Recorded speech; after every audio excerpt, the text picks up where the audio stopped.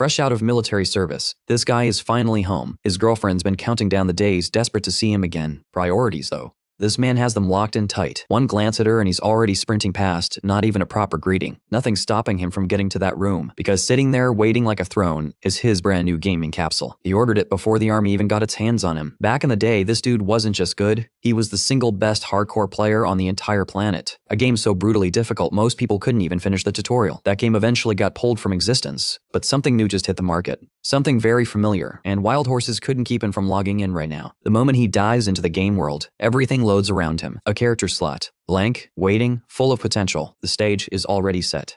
All it needs is a player, so naturally he sculpts himself something sharp, a genuinely clean mid-part hairstyle. Because apparently, even inside a virtual apocalypse, you gotta look right. Name locked in, Kaiser. No hesitation. The game drops him straight into an apocalyptic battlefield tutorial stage, apparently. The VR visuals hit different.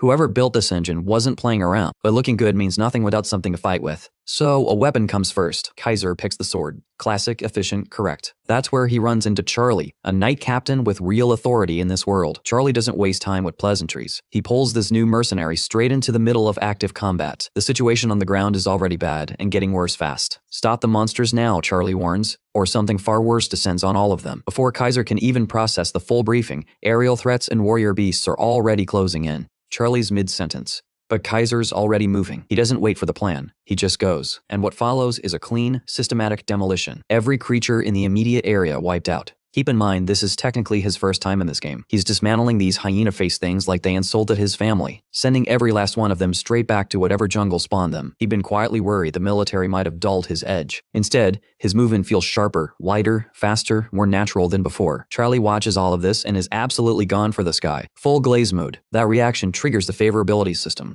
Same mechanic as the previous game. The captain's trust level has hit a point where Kaiser could probably commit a minor war crime and Charlie would still vouch for him. The reward for that trust? A title. Affection max. Already. Next objective loads in immediately. There's a dark sword somewhere inside the gate. It needs to be eliminated. The gate is close. The mission is clear. Then the castle walls start moving with something that definitely wasn't there before. Monsters slipping inside, multiplying by the second. Charlie makes the call without blinking. He'll hold the wave back himself. Kaiser gets the real job. Find the summoner. Shut it down. The future of this fight gets handed over. Just like that. Even Kaiser pauses because this knight is charging headfirst into a mob when his role was literally supposed to be helping defeat the boss. But that's how the NPC behavior works. It shifts based on what the player does. What's on the other side of that door, though? Whatever's behind it is carrying a different kind of energy. Darker, heavier. The system itself throws out a warning. That almost never happens. Kaiser reads that warning and immediately recognizes what this is. A hidden piece, a concealed mechanic. The kind that only activates when specific, secret conditions line up perfectly. Dangerous? Absolutely. Is he turning back? Not a chance. The thrill of it already has him moving forward. The door opens. No dark sorcerer on the other side. What's waiting for him instead is something enormous, something that fills the entire space. Chains wrapped around it, crimson aura bleeding off every inch. The iron-blooded demonic dragon is staring directly at its next target. Kaiser's stomach drops. A legendary boss. In the tutorial. Before the game even properly starts, here's the context. This new game pulled heavy inspiration from the old Demlock. One of those borrowed systems is the tier ranking. Normal, rare, heroic, legendary, laid out in clean, brutal order. That tier system applies to every boss monster across every level, no exceptions. And sitting at the absolute peak of that food chain are the unique monsters. The ones with actual designated names. Named bosses. Singular entities. This dragon with a nightmare face? Yeah. It's exactly one of those, a real name boss, standing right in front of a guy who just started the game 20 minutes ago. It pulls its energy inward, concentrating, building, compressing, then it roars and the pressure that comes out of that is physically oppressive. Kaiser's movement locks up. The stun is real. System screens explode across his vision, dragon species information, status effects, and a notification that his physical stats just took a hit. Every movement-related ability is running at 75 to 80%. 20 to 25% gone. Just like that. The only reasonable thought in his head right now is what were the developers on when they signed off on putting this thing at the start of the game. One silver lining, the dragon is restrained. The chains are actually doing something. That restraint doesn't make it safe though. One swipe from that paw and it's a one-way trip to respawn. Kaiser's been here before. Demlock through situations exactly like this at him. Terrifying boss, no good options, no backup. Just the math of survive or don't. Kill or be killed. Same answer as always. Sword out. He reads the first strike, a ground-shattering slam, and gets clear of it. He rolls right, puts distance between himself and the impact zone, then drives back in with a wide slash, landing real damage on the dragon. The dragon roars again, second time now, and the stun catches Kaiser mid-movement, locking him up again. He sees the paw coming down and knows exactly what happens if that connects, so he answers it with a sword slash, meeting force with force. The deflection throws him back several feet. His arms feel it. He catches his breath and pulls up the damage log. Out of 1,000,000 health points, that entire fight chipped off exactly 120. 120. Either he figures out a faster approach, or this dragon serves him for dinner. 1,000,000 HP tutorial boss. Whoever approved this should be investigated. He slashes again, keeps the pressure going, keeps the dragon reacting, and while his hands are moving, his memory starts pulling up forum posts he'd read before logging in, players saying no one had ever beaten this thing. Not once. Not the best of them. Kaiser's out here tagging it with clean slashes like he didn't read any of that. More posts surface in his memory, stacking on each other as the fight continues. He deflects, he strikes, he adjusts, all while the forum commentary plays back in his head. One detail from those posts stands out. Players kept noticing the dragon's species name got revealed mid-fight. Most of them assumed it was a glitch, a tooltip that wasn't supposed to fire. Others had no explanation at all. Because here's the thing, someone had just become the first player in the game's entire history to actually defeat the tutorial boss monster. Kaiser drives a sword into the dragon's claw, and that someone is him. The sword doesn't stop. Kaiser just keeps going, relentless, methodical. Full Levi Ackerman's spin mode. This man goes full Beyblade on the dragon, carving slashes across every inch of its body like he's signing his name into it, and the dragon drops. Felled. Done. First person in the entire game's history to take down a legendary boss during the tutorial, and the reward system is already queuing up. But right now Kaiser is bent over, completely gassed, lungs burning, mostly furious that this oversized lizard made him work that hard. He yanks his sword free from the carcass, then lets it sink in. First player. Nobody else got here before him, not even his own old crew, who'd looked at this boss and collectively agreed it simply could not be done at this stage. He wonders briefly how those same friends are doing right now. Then the reward screen demands his attention. Multiple traits unlock at once. Weapon Master, Hidden Dragon, Slayer, Hero, Overcome. 5 of them, stacking up like a highlight reel. Every single condition for each one had been cleared in that one fight, and because all 5 triggered together, a bonus trait fires, the Eye of Truth. First impression? Kaiser just stares at it. 5 traits from a single tutorial fight, when the standard for any normal player is exactly 1. This man lapped the entire field before most people even logged in. Quick breakdown on traits, because they matter. They're one of the core special systems running underneath everything in this game. Different types exist, Guide, Swordmaster, and others, but the higher level ones don't just get handed out. They're earned through performance. Kaiser's stats have nearly doubled across the board, sword effects included, and the rest of the buff list is genuinely embarrassing for everyone else. But it's the Eye of Truth that keeps pulling his focus back. The ability to see through things that are supposed to stay hidden, deliberately vague in its description, which somehow makes it more unsettling. Weapon Master and Hero Slayer are solid, no argument there. But they're not exceptional in the grand picture. Enough grind in the right circumstances, and other players will eventually pick those up too. The Eye of Truth though, that's a 1 of 1. Nobody else is holding that card. Bottom line, this man hit every jackpot available in a single session. Achievement unlocked, rewards stacked, unique abilities secured. The boss kill title alone gives him a permanent 10% damage boost against boss monsters, on top of everything else, after spending his entire previous game career drawing the short straw on luck. And I'm talking Counter-Strike case opening levels of misery. This man is finally eating. He's still processing all of it when the door swings open. Charlie steps through, bloody, bruised, held together by sheer stubbornness. The captain takes one look at Kaiser and freezes, then asks the only question that makes sense. Did you seriously handle all of that alone? The fact that Kaiser is standing there without a single critical injury is breaking Charlie's brain. What kind of player is this guy? He decides not to dig into that question. Instead, Charlie shifts into full speech mode. Heroes emerge from chaos. Your presence here means something. The world needed you, etc. Kaiser's eyes are glazing over.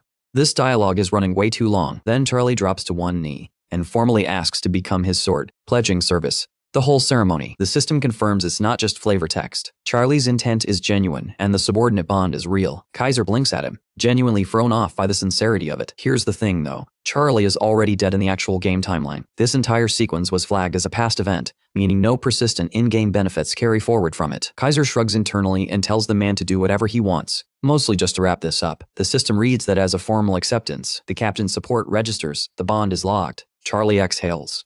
Peaceful, settled, like a man who just handed off a burden he'd been carrying alone for too long. Kaiser catches those final words and holds on to them for a second longer than expected. Then the system chimes in. The Pantheon is next. Time's up. A massive portal materializes directly behind him. The tutorial exit, right on schedule. He's already turning toward it when Charlie calls out one last time, asking where they'll go from here. Kaiser actually thinks about it for a moment. A real answer, not a throwaway line. Wherever they're needed. That's what he lands on. Because this world is a disaster and someone has to move through it. Charlie lights up like that response just changed his entire existence, acting like Kaiser just dropped ancient philosophy instead of a fairly simple sentence. The warp timer kicks in 5 seconds on the clock. Charlie uses those last seconds to press an artifact into his hand. Then, with the timer almost gone, he smiles, thanks his liege, and asks for salvation. Portal closes. Kaiser lands in the Pantheon just like that. This place is where a player selects their god, the entity that shapes their entire path forward. The architecture here is genuinely impressive. Grand, ancient, built for something much bigger than a menu screen. But let's be real. Functionally, this is a gacha room. That's all it is. This exact room has made grown players cry or celebrate based purely on what card they pulled. Because in here, the god of gacha runs things, and a player can only pledge to one deity for the entire game. Gods are tiered just like everything else. Fable, hero, and mythic. Fable gods earned their divinity through stories. Legends passed down so many times they became real. Hero gods ascended by protecting humanity. Their power built from genuine contribution. Mythic gods are the ones behind entire civilizations of belief. Zeus, Odin, entities that define whole mythologies. Mythic is the ceiling. No debate on that. Cards float across this dimension, each one holding a different god, and Kaiser gets one pick. Given his historically terrible luck, he's not expecting much. Then he spots it. One card, golden, radiating differently from everything around it, and right then it clicks. The Eye of Truth works here too. He can see exactly what's behind every single card before he touches one. This is where that ability becomes something unfair. No guessing, no praying to the gacha gods, just perfect information. Every time. Every teammate who ever laughed at his pull rates, every time that streak of rotten luck made him feel genuinely low, that's over now. The ability to become a top-tier ranker just landed in his hands. Kaiser can barely keep a straight face because he already knows he's won, grinning like an idiot and not even trying to hide it. New rule, effective immediately, golden cards only. Every time, no exceptions. He reaches for the first one, golden shimmer, unmistakable energy. The draw resolves, the one-armed sword god. Tier. Mythic tier, a mythic pull on the first card. This should be the moment. Then the system throws out a message that makes no sense. Kaiser doesn't qualify to become Tier's apostle. Try again. Draw another card. This man is on the verge of tears. A mythic god is right there and he can't even claim it. Tier himself looks genuinely confused by this development. Nothing like this has ever happened before. No player, no record, no precedent. The word vessel floats through Kaiser's mind and refuses to leave. Here's the hidden detail. Normally, when a player gets killed by the demon lord spawn during the tutorial, a goddess appears and delivers a blessing. That's how the apostle path opens. Kaiser killed the spawn instead of dying to it, so the goddess never showed up. The blessing never landed, and now he's locked out of every apostle path in the game. He's a victim of his own highlight play. He checks the stat sheet. The apostle section isn't locked or grayed out. It just doesn't exist on his profile. He's listed as a plain adventurer. That's it. Every golden card in the room is going to return the same result. He pulled an Egyptian god card and has no way to summon it. One by one, they'll all say the same thing. Kaiser's knees hit the floor. Somehow, impossibly, the luckers found him again. Deleting the character and starting over isn't a real option either. There's a mandatory 2-month wait before a new run can begin. He's stuck exactly where he is. Then his eyes drift right, and there's a card that doesn't match anything else in the room.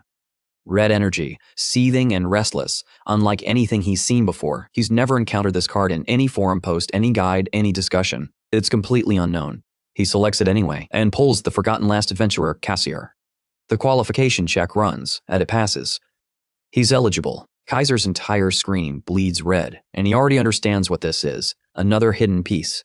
Buried so deep that no one in the community even knows it exists. The class registers on his stat sheet. Last adventurer, bound to humanity's final warrior. The support is active. Crimson energy tears through him like a current. Wild, ancient, overwhelming. And what it unlocks is genuinely broken. The ability to use any skill from any class, completely unrestricted. A rule that was never supposed to bend, now bending entirely for him. Class restrictions, completely irrelevant to him now. Kaiser can pull from any class, any skill set, whenever he wants. That freedom means he gets to handpick exactly what he needs and build a skill tree that fits nobody's template but his own. The Eye of Truth makes it even more calculated. He can read what skills are coming before they arrive, and stacking that with Weapon Master turns the whole system into a personal exploit. No gaps, no weaknesses. A jack of all trades who's somehow also the master of every single one. The advancement sequence wraps up cleanly. If Tartel is 5 seconds away, the system is already counting down. Kaiser smiles for the first time since logging in, and it's a real one. The ranker path he thought was gone, it's back. And this time, he's running it without a ceiling. The teleport drops him into our day, the city of beginnings. The first stop for every player entering Aftartal. Around him, half the player base is sulking over bad gacha pulls while the other half has already moved on. Smart enough to know combat classes aren't the only viable route. The city is loud, crowded, and alive with people moving in every direction. Cutting through the crowd are the scouters, sharpest dressed people in the whole area, and they know it. Their job is to recruit talent for guilds. And while that sounds respectable, most players just find them exhausting. One of them is already stressed. Quota not met, boss threatening consequences, patience running thin. Then someone in the distance catches their eye. A player standing a little apart from the crowd. Something about him reads differently. From the outside looking in, the guy seems completely out of it. Probably not worth the pitch. They keep walking. Except they're wrong. Kaiser is fully focused, just on something no one else can see yet. The Necklace of Blood and Covenant is sitting in his inventory now. Hero grade, multiple active options, already equipped, after everything that just happened in the gacha room. This on top of it feels almost unfair. The luck faucet, after a lifetime of drought, just refuses to turn off. Then a notification cuts through, Goblin Cleanup Quest incoming. First real mission on the board. Time to work. And it's not just him. Every player in the starting zone gets the same assignment, eliminate 40 goblins. A mustachioed little NPC named Hunter Dante delivers the quest with complete confidence that he personally won't be touching a single goblin. Immediately, the player base shifts into party forming mode. People calling out roles, looking for teammates. Kaiser watches the dynamic play out for a second. Then a small group walks straight up to him. An archer and a mage, relaxed energy, eyes already on level 12. They seem normal. Low drama. That's good enough. Solo hunting is doable, but a party cuts through content faster and splits the load. The bonus experience on top of that makes grouping the smarter call almost every time. Kaiser runs the math in about half a second. He agrees, and the Shield Best party locks in under the leader's name. 4 players, 1 objective. One of them clocks the name Kaiser and immediately asks if he's a fan of the old Demlock #1, the legend himself. The party is fully convinced this is just a dedicated fan who grabbed his idol's name. Nobody suspects the obvious answer. This is the video game equivalent of asking Michael Jackson if he's ever heard of Michael Jackson. Moving on. Either way, everyone's motivated and ready to grind, Kaiser included. The mission zone loads in, and Shield Best opens the fight immediately, slamming a goblin hard enough to stun it on contact. Clean hit. He signals the team to follow up right now. The archer and mage both fire at once. Their shots zip past Shield Best and put the goblin down instantly. First kill confirmed, but the rest of the pack doesn't appreciate the example being made. They hesitate. Scared, visibly rattled, then charge anyway because goblins are nothing if not stupid and committed. The herd stacks pressure directly on Shield Best's defense. His teammates are watching him absorb hits and starting to look nervous. He shouts at them to attack while he holds the line. Except both the archer and the mage are sitting on cooldowns at the exact wrong moment. Kaiser reads the gap from above and drops in without being asked. 1 wide swing. 1 dead goblin. The efficiency is immediate and slightly ridiculous. His movement through the cluster is something else entirely. His own party members stop and just watch for a second. Kaiser touches down, resets his footing, then launches right back in like a guided weapon, threading through the herd at speed and hitting everything in range. Multiple kills, 1 pass. The team reacts with the kind of praise that comes out before people even think about it. The team leader has to take a breath and acknowledge it directly. At this rate, the quest is basically already over. Except the map had one more thing to say about that. A full goblin group materializes ahead, bald, green, and already grinning like they've spotted something easy. The team leader calls a retreat. Sensible decision. Kaiser processes that instruction and chooses violence instead. He's already committed to the dive before the order fully lands. The goblins light up. Free kill walking straight into them? Perfect. He goes airborne. Comes down with a kind of eye contact that makes NPCs rethink their life choices. A beat of stillness. Then the explosion happens. And the aftermath does most of the talking. This pulls up a memory. An old friend once sat across from Kaiser and asked him, completely genuinely, why he always sprinted toward the most dangerous possible scenario. Kaiser didn't have a meaningful answer because the premise never registered as a problem. His crew tried to explain it. Every time there was a boss fight, a high-risk encounter, anything with actual stakes, this man was already moving toward it before anyone else finished processing the situation. His response both times was the same. He won, didn't he? The word reckless simply doesn't compute for someone whose risk calculations always end in victory. For most players, that kind of exposure would cut into their confidence and make them second-guess the next fight. Kaiser runs the opposite direction on that spectrum entirely. The danger of the situation? He is the danger of the situation. No apologies. No softening of that fact. Every fight he's ever entered, he went in knowing the outcome. And it always landed where he expected. Back to the present. The explosion settles. Critical hits are registering across the goblin cluster, and none of them got the friendly neighborhood variety. One threat left standing, the dark goblin, and it's the one worth worrying about. Kaiser pulls back deliberately, repositioning. Range threats die first, that's the rule. On the way in, he slashes through several armed goblins, blocking the path without breaking momentum. The dark goblin fires a poison projectile, trying to slow him down, disrupt his approach. Kaiser activates the overcome trait without hesitation, pushing past every physical limit the system had set for him. His senses sharpen to a different level entirely. The deflection is clean, precise, almost effortless. The goblin freezes. Stunned by reflexes it had no framework to process. Kaiser closes the distance and ends it immediately. Another one steps up to fill the gap and meets the exact same result. He absorbs the next hit on his block, answers it with a slash. That's as calm as it is, final. The blade coming through clean and the monster dropping without ceremony. Weapon Master activates right on cue. Exploit weakness opens up, targeting every structural vulnerability the system tracks. Kaiser takes stock of the situation and he's satisfied with where things stand. He snatches a short dagger off the nearest goblin and flings it directly into the creature's eye socket. Critical hit. No elaboration needed. The surrounding goblins decide this is a good moment to rush him all at once. One swings a bat at his ribs. Kaiser snatches the bat mid-swing, and the system registers a new weapon, meaning he now gets to use its special ability too. He enters full Asian parent mode, and the goblins are not ready for what that means. The dagger gets lodged down the first one's throat with zero hesitation, and then the bat comes around in a follow-up swing aimed directly at its face, reducing the whole situation to paste and closing the chapter on that particular goblin permanently. That weapon proficiency doesn't just register, it shoots the level upward on contact. A side effect nobody planned for but everybody benefits from. Honestly, the whole hunt has gone better than expected. He knew the class restrictions were gone, but actually pulling skills mid-combat and deploying them in real time without any delay, that part he didn't see coming. Exhausted, yeah. But the kind of exhausted that comes with a grin attached to it. Kaiser's riding that high completely in his own world, while the rest of his party is standing there genuinely questioning what they just witnessed. Shieldbest cannot process how one player dismantled a goblin pack that would have required a full experienced team to handle cleanly. That performance wasn't just good, it was in a completely separate category, and suddenly, that name, Kaiser, is carrying a very different weight than it did 5 minutes ago. Shieldbest turns it over in his head quietly, asking himself the question he doesn't want to answer, because accepting the obvious conclusion feels too absurd, so he pushes back against it. The real Kaiser vanished for 2 full years. Gone, no explanation, no trace. There's no way that same person just walked into his party like it was nothing, right? That's the logic he's clinging to. But it's getting harder to hold. Meanwhile, the man in question looks like someone who just found out he won a lottery he forgot he entered, completely locked in on his ranked future with the focus of someone dangerously in love with the idea. Shieldbest quietly decides this guy might just be unwell. And somehow that's the more comfortable explanation. Kaiser snaps back to the immediate situation. He looks down at the fading corpses and clocks that both the dagger and the bat are dissolving with them. Enemy-bound items gone. Still, what he pulled off by blowing past weapon restrictions more than makes up for the loss. Status window open. 3 level increases from a single hunt. Clean and efficient enough to move on without complaint. Full weapon access is a nice luxury, but the sword is home. Strength and agility get the stat points. No hesitation. Everything else is already covered through his item buffs and trait bonuses, so the build stays clean without needing to chase balance manually. He's still running the numbers in his head when his party rolls up to deliver a round of completely unprompted praise. Shieldbest is now openly calling him the real Kaiser, while the others debate out loud why a legendary ranker would bother starting fresh in a brand new game. The skill gap alone is hard to argue with, so the impossible explanation keeps creeping back into the conversation no matter how much they resist it. Kaiser absorbs all of this, and the only thought he has is that yes, he is in fact the real Kaiser. And that should have been obvious. They pivot to the question that actually matters. What god did he pull to hit those damage numbers? Kaiser answers plainly, traits and titles. That's it. The silence that follows says everything. Then someone asks the real question, is he actually going for ranker status again? Nobody fills the pause after that.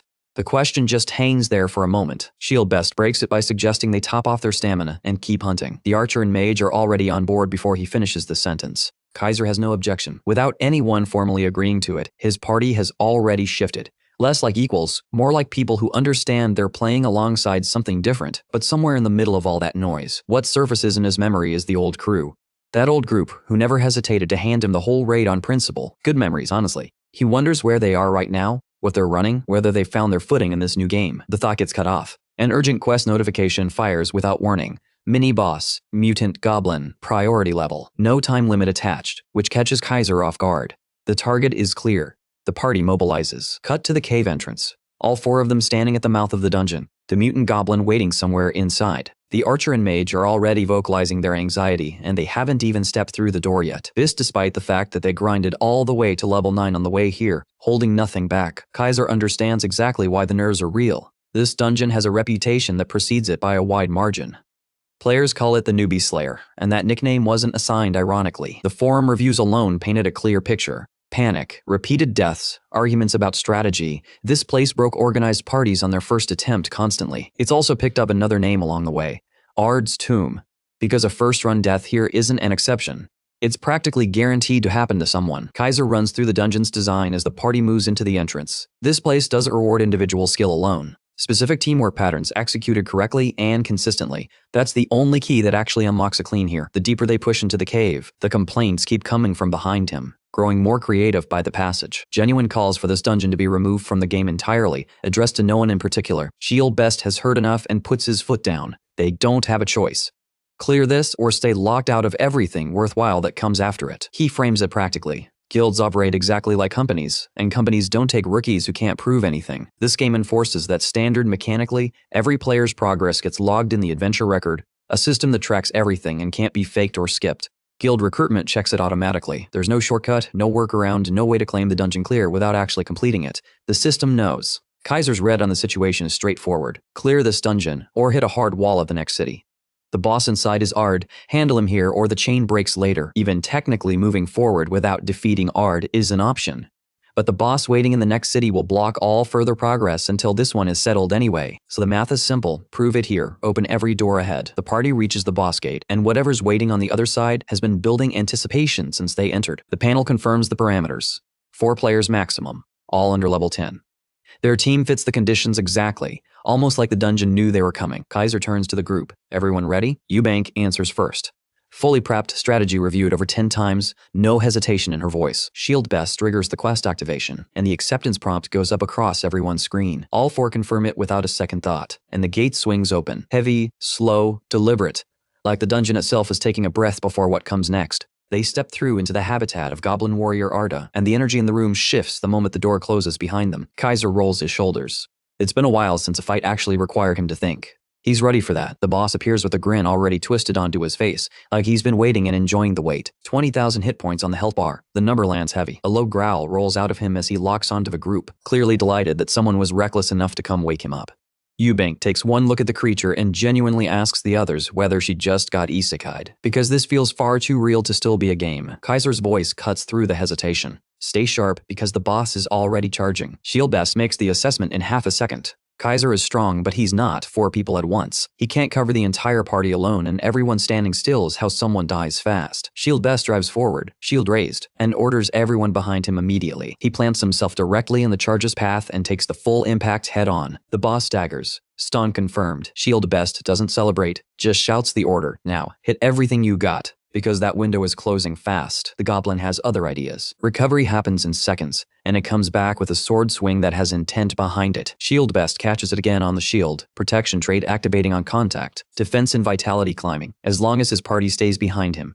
The trait is doing exactly what it was designed for. While the tank holds the line, Kaiser is operating on a completely different axis. Airborne, fluid, slicing through the goblin's health bar on pass after pass. The boss screams and pulls back, reorienting. Shield Best watches the monster retreat and feels something rare in this dungeon. Actual optimism. Phase 1 might be a clean run. Then Eubank shouts a warning from the back. The pattern is incoming. Shield Best's face goes flat, because by his math, the goblin should need to be at half health before that triggers. He looks at the health bar and the condition is already met. The number got there faster than it had any right to. Kaiser drops back into the frame before anyone else processes the alert. One clean slice through the goblin's hand. He lands, grins, and delivers the update without breaking stride. Pattern terminated. Already handled. The scene cuts. Not to the dungeon, but to the past. An interview room, and a reporter sitting across from Kaiser with a recorder running. She asked the question everyone wanted answered. What was the actual secret behind his party's success? Clearing raids and dungeons that broke every other team that tried. Kaiser keeps it simple. They stuck to what each person did best. The interviewer references the composition on her notes. Tank, DPS, healer, support, 4 roles, clean structure. Then she leans in and points out the thing that confused everyone watching from the outside. Kaiser's party never ran a tank, so how are raids even possible without one? Kaiser doesn't dodge the question. He confirms it directly. Tanks matter, absolutely, especially when it comes to pattern interruption. The pattern break is arguably the most critical mechanical role in any serious fight. Then he drops the part that makes the interviewer's expression completely shift. He handles that role himself. Always has, back to the present. Art is screaming, arm slashed, pattern broken. The whole momentum of the fight ripped away from it in a single exchange. Shield Best is watching this with the expression of someone whose understanding of the game just got quietly dismantled, because even dedicated tanks struggle to pull off a clean pattern interrupt on a boss, and the team's damage dealer just did it with one strike. Like it was part of the normal rotation. Ard recovers and lunges back in, and gets cut down again just as cleanly. It really isn't getting any closer to landing a hit. The archer can't stay quiet about it. He points out that Kaiser isn't just attacking randomly. Every single strike is going straight for a vital point. By the time that observation lands, another pattern has already been interrupted, and Ard is sitting below 25% health without the team even entering a second phase yet. Shield Best calls it out. Brace for phase 2. Everyone sharpen up. The mage and archer exchange a look and quietly agree they're not just going to stand there and watch Kaiser carry this entire dungeon solo. Ard pulls from something deeper. Its trait surfaces and the berserk state locks in, the monster's energy spiking visibly. Kaiser already has the full breakdown loaded in his head.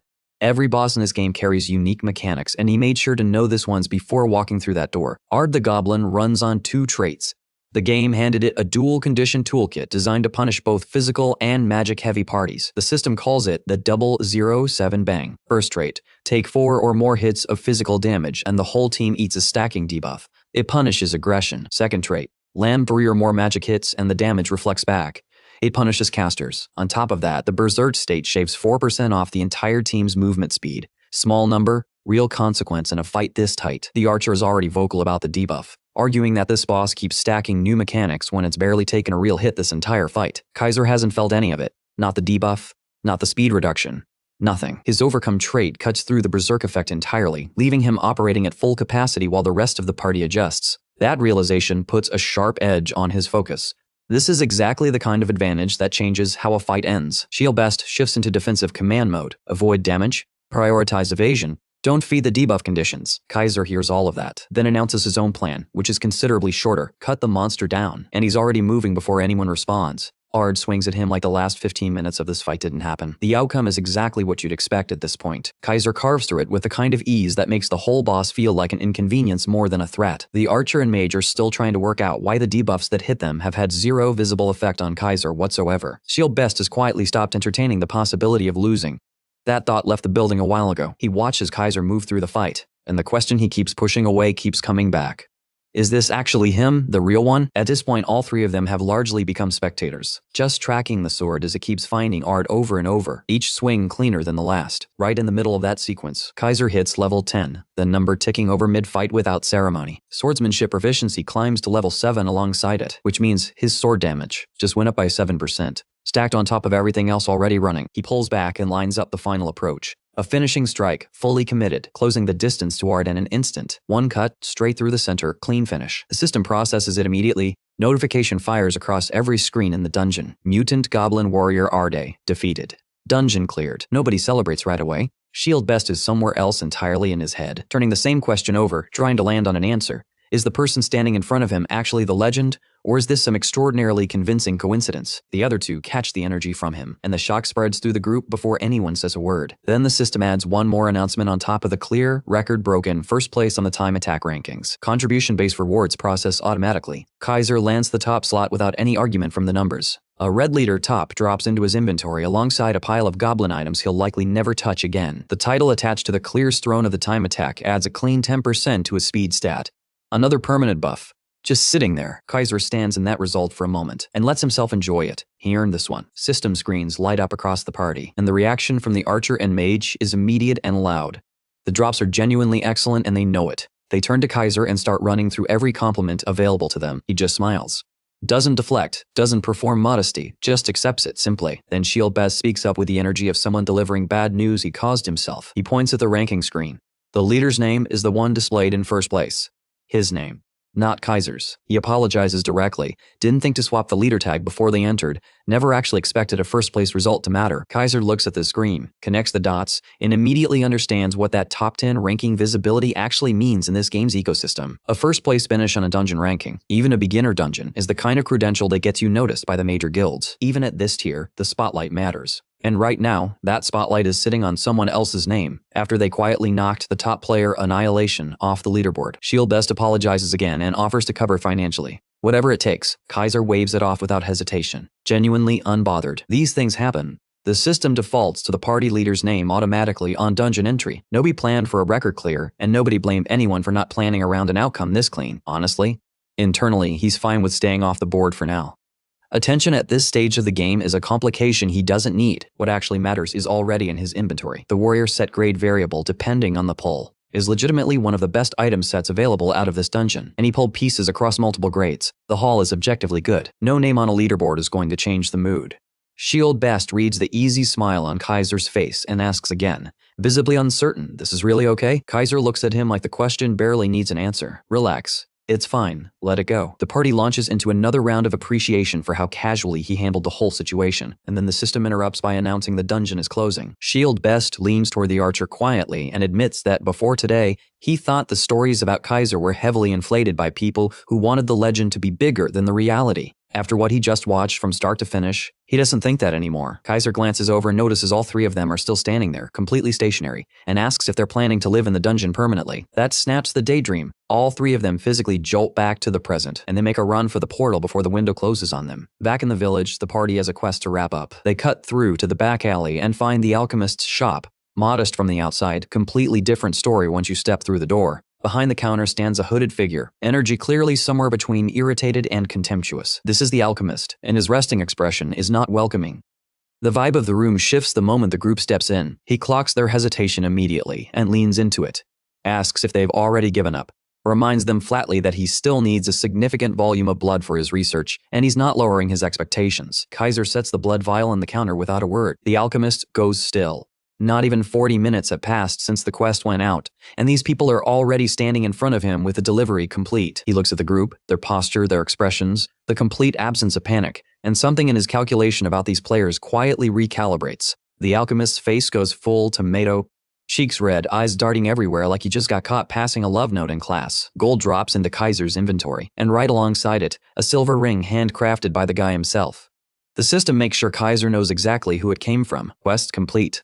The gates to the main continent aren't just open. They're wide open, and the whole crew can finally walk through. Celebrations erupt like someone just hit a jackpot. The kind of energy that makes you wonder if these people have been holding that in for weeks. Then a new notification blinks onto the screen. A special gift flagged directly from Kata. Kaiser pockets it for later without a second thought because something else has already grabbed his full attention. The low-grade skill ticket reward, sitting right there, waiting to be cracked open. The moment he does, the screen erupts in a strange, pulsing glow. Cards pour out of it. Dozens of them, drifting through the air and filling every corner of the room. Eye of Truth kicks in automatically. Scanning through them, the verdict comes fast. Most of these cards are painfully, embarrassingly ordinary. One does stand out though. Charging Slash, the exact same ability he tore through Demarok with. Kaiser already knows how these ticket lotteries work. Random pulls. Anything from common all the way up to legendary. The range is brutal. Then a system message cuts through everything. Shutdown imminent, countdown starting in seconds. That hits him like a cold bucket of water. He did not see that coming. The time limit. The one designed to stop players from losing themselves in the game or forgetting to eat entirely. He'd buried that detail somewhere in the back of his mind and left it there. 10 hours already. Kaiser stares at the notification like it personally offended him. He scrambles through the floating cards, fingers flying, while the countdown ticks down without mercy. His finger jabs at the screen. Too late. The system cuts out mid-press and forces everything shut. Back in the real world, Kaiser sits there for a moment, completely still, letting reality catch up with him. Then he loses it, screaming into the void like something deeply personal was just taken from him. Morning comes, and Kaiser, after cooling down enough to function like a human being again, skips the sleep he absolutely needed and goes straight for the machine, dropping back in without hesitation. The second he's online, the first move is pulling up the system, because that golden light he saw right before the shutdown, that image never left his head. His expression sours the moment he confirms it wasn't legendary grade. Of course, the luck streak had to dry up eventually. Then he actually reads the card and does a full double take. Backstab. He got backstab. This isn't just any skill. Backstab is the exact reason ranged fighters lose sleep over assassins. It's the great equalizer. Distance means nothing against it. No matter how far a target runs, the assassin closes the gap before the escape even registers. Kaiser's face splits into the kind of grin that makes strangers uncomfortable. Because he just pulled an assassin-exclusive skill without being an assassin. Stack a few more abilities like this and the word unstoppable starts feeling like an understatement. Then some guy strolls into view nearby. loudly performing for his girlfriend, laying on the "I'm a pro player" act like he's got something to prove. They both glance over at Kaiser and immediately regret it. That expression on his face is not normal. The couple wastes zero time doing a full 180, gone just like that, speed walking in the opposite direction. Kaiser snaps back to reality, the wild grin fading just enough to remember where he is. He shifts focus and pulls out all the equipment he'd been sitting on. Time to actually put it on. Fully geared, fresh drip equipped, he makes the call. Main continent, right now. The portal shimmers into view, and that's when it hits him. He never said goodbye, not to a single person from his squad back there, and honestly, he'd started to feel something like comfort around them. But maybe that's just how it goes. Some connections exist only for a chapter. He steps through the portal anyway, and the world shifts as lore mode swallows him whole. Every player who clawed their way out of ARD breathes a little easier the moment they land on the mainland. No more country-locked servers, no more invisible walls dividing the world. This place belongs to everyone, from every corner of the globe. First stop, the city of Raven. Kaiser moves through the entrance, taking it all in, and right away a pair of knights rides through the gate on horseback, cutting through the night air, chained behind them. A criminal, getting dragged along whether he likes it or not. The system rolls out a fresh batch of notifications, new locations unlocked, new jobs available. One more detail catches his eye. Beginner protection, expired. The training wheels are off. Taking in the welcome screen, Kaiser nods slowly. The reputation this game carries, completely earned. A round, cheerful NPC waddles up immediately and slides a free beer his way, no strings attached. Then more NPCs pile on, each one offering something different. Free items coming from every direction. Kaiser's thoughts drift off somewhere for a second. Pulled into the weight of all these possibilities, he reels himself back in and shuts it down mentally. All of that can wait, arms stretched wide. The real question takes shape in his mind. Where's the best hunting ground right now? It doesn't take long to find out, because he's already outside the city walls working through monsters with mechanical efficiency. The warrior set is doing serious work. Bonus damage against goblins, power buffs that feel almost unfair. Rushing slash launches him through the pack in a blur, and what's left behind doesn't deserve a detailed description. On top of that, every single monster he finishes off feeds the great sword. The weapon keeps climbing in power with each kill. The thing was already sitting at a level most players don't reach for hours. The fact that it just keeps going, Kaiser can barely contain himself. Checking the ability screen, he clocks it. The next level threshold is closer than expected. Then Eye of Truth flicks on without warning, locking onto a figure tucked carefully into the bushes. Not carefully enough. The hidden figure stares at the warrior set and practically starts drooling. In his head, he's already counting the loot. Patience runs out fast. He breaks from cover and charges with a knife drawn, only for Kaiser to shut it down without breaking a sweat. The disguise dissolves, the thug standing fully exposed now. Kaiser fixes him with a stare that carries zero warmth and all the menace in the world. The man stumbles backward, voice cracking as he shouts, ordering his crew to get in there now. An archer opens up from a distance, arrows flying and hot, and every single one bounces off like crumple paper. Then the axe guy charges in, full commitment, and gets parried so cleanly it's almost insulting. Kaiser moves through him, blade cutting clean, and the remaining two take exactly 1 second to process what just happened to their friend. The assassin bolts. Full sprint, zero hesitation. But the distance he covers before getting cut off is embarrassingly short. The advisor materializes right in his path, completely unbothered, and asks, in the most patronizing tone imaginable, whether the little one has lost his parents. Kaiser's seen this before. Every game worth playing has these types. Player killers. Predators who target weaker users either for the loot or just because hurting others from behind a screen gives them something to feel good about. The king of games, Sword Art Online, had its share of them too. Different coat of paint, same rotten behavior. And this game, Go Us, is no exception. Here they go by a different label though. Noob hunters, not player killers. Different name, same trash energy. Back in the scene, the assassin stands in front of Kaiser looking like he's about to have a medical event. The tables flip so fast his brain still hasn't processed it. What he can't figure out is how a swordsman, no assassin class, no visible robe build, just used backstab like he owned it. He opens his mouth trying to work through the logic and never gets the chance to finish the thought. Kaiser ends him before the answer arrives. The rest of the crew goes down too. Names so ridiculous they barely deserve to be remembered. Here's the thing though, the game's AI doesn't flag Kaiser as a criminal. No penalty, no warning, no system slap on the wrist. Because what just happened was self-defense, plain and simple, and the AI read the whole situation correctly. Clearing out those noob hunters came with an unexpected side effect. It brought the whole Arda crew rushing back to the front of Kaiser's mind. The friends, the laughs, the grind, all of it hitting him right in the chest for a second. He quietly stashes his gear before more player killers decide to get curious about what he's carrying. Then it's back to business. Quests, one after another. The grind barely takes any time at all. Quest after quest gets checked off. Kaiser climbs to level 17, and the West Gate unlocks like a reward for showing up. Naturally, Kaiser doesn't even pause. Straight through the gate. Straight into the forest west of Raven. No hesitation. No warm-up. The NPCs try to stop him on the way. Their warnings are direct and specific. This hunting ground does not play nice. The advice they keep repeating? If something finds you near it, don't fight it. Run. The moment he steps inside, the atmosphere hits differently. Dense canopy overhead, zero natural light bleeding through. The kind of suffocating darkness that isn't just visual, it's physical. Beneath the trees, giant insects crawl and buzz while goblins lurk in coordinated groups, setting up ambushes with patience that honestly feels unsettling for NPCs. Players figured this out the hard way. The unwritten rule is 3 minimum. Solo runs here aren't brave, they're just statistically bad decisions. That's exactly why the area just outside the West Gate looks like a job fair nobody wanted to attend. People everywhere, assembling teams, scanning for the right mix. Tanks and damage dealers are in decent supply, but the harder slot to fill is the one keeping everyone alive. Healers. Everyone needs one, almost nobody wants to be one. And honestly, the reputation makes sense. Healer classes are slow to level, painfully passive in combat, and about as exciting to play as watching paint dry. Most players take one look at the class description and keep scrolling. When Kaiser walks past all of it completely solo, the crowd doesn't hold back. Broke. Couldn't find a party. The jokes come fast and loud. He exhales, not from irritation, but from something that sits a lot closer to quiet amusement. Without a word, he moves forward. The goblins get hit before they even finish setting up their ambushes. Ironic, considering they're the ones famous for surprise attacks. One goblin spots an opening and lunges, clearly convinced this is his moment, and misses so badly it's almost sad. The landing is worse than the miss. Mashed, clean, no follow-up needed. An archer goblin takes position from a distance and draws a bead on Kaiser Hour, who responds by hurling his greatsword directly at the problem. The upper half of the archer goblin stops being attached to the lower half. Sword thrown, weapon gone, and with it, all the passive buffs it was feeding him. The remaining goblins feel the shift immediately.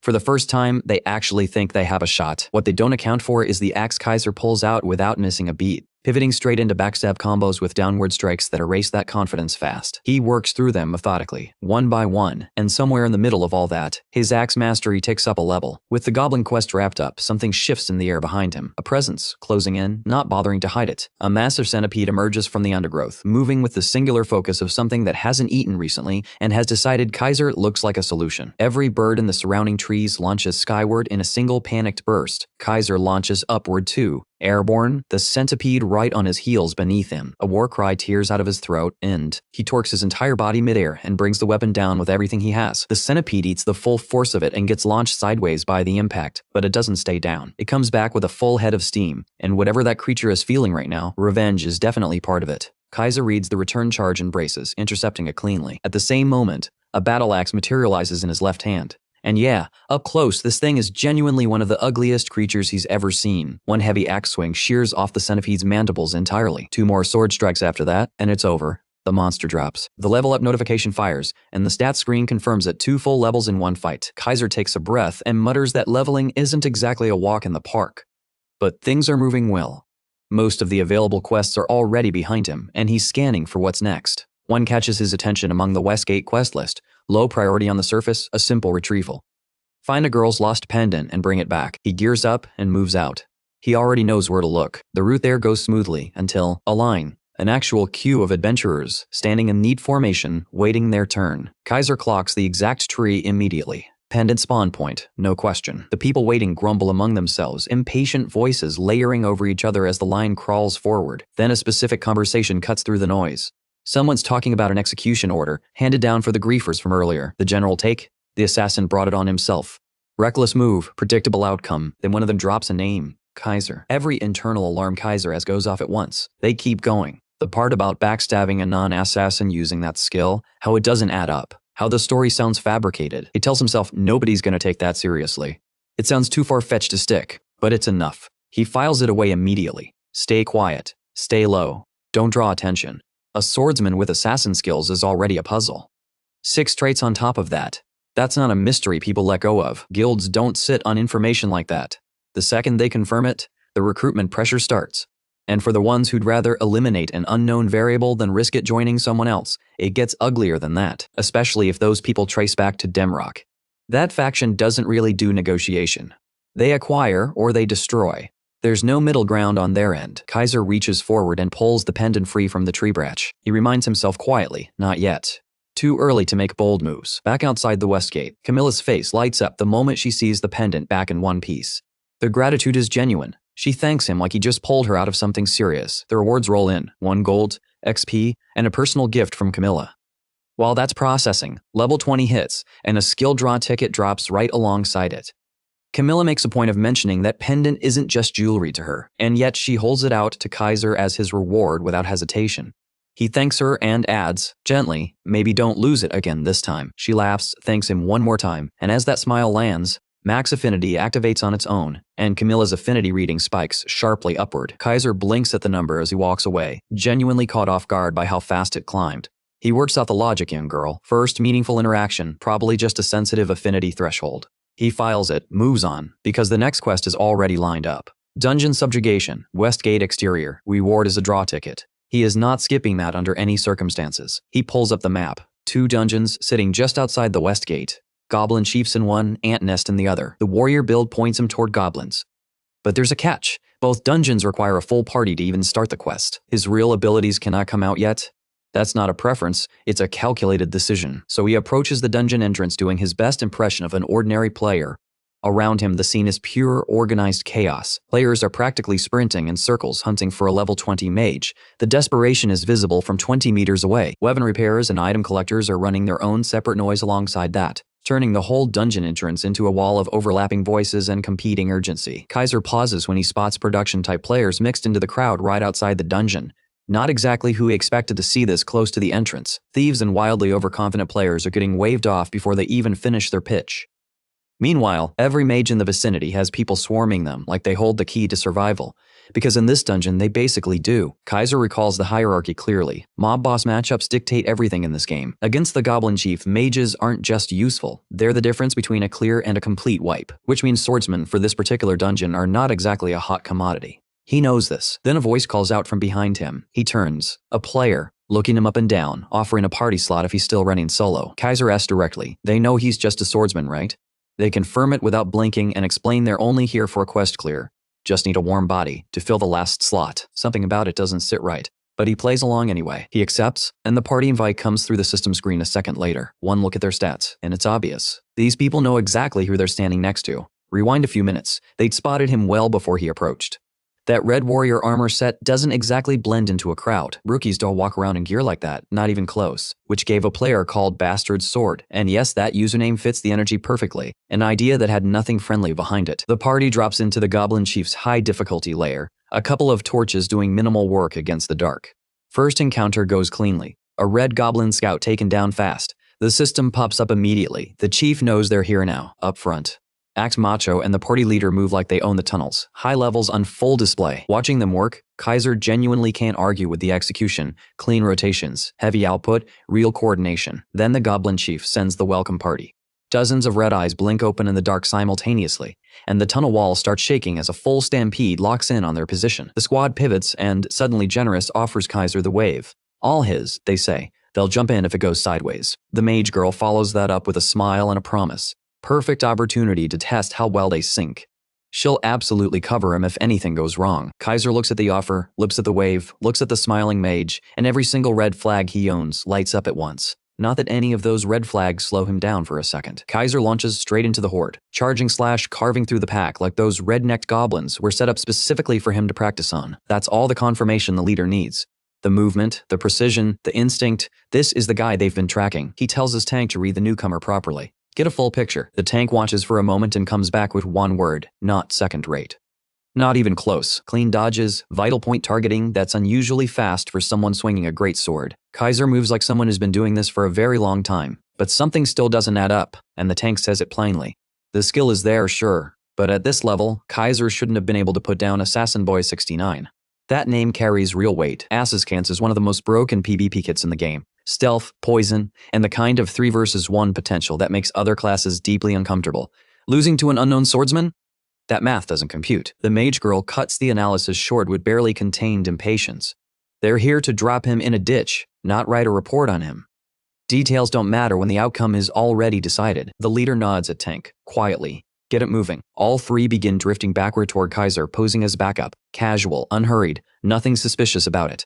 Meanwhile, Kaiser chops through goblins without breaking rhythm and clocks every single movement behind him. The compliments start flowing. Incredible swordsmanship. Could probably solo the whole dungeon. Natural talent. Wow. He turns back with a wide grin and tosses the flattery right back at them. Not bad yourselves, he says. The tank leans into it even harder, telling the leader they've genuinely struck gold with this one, but flattery has never been Kaiser's weakness.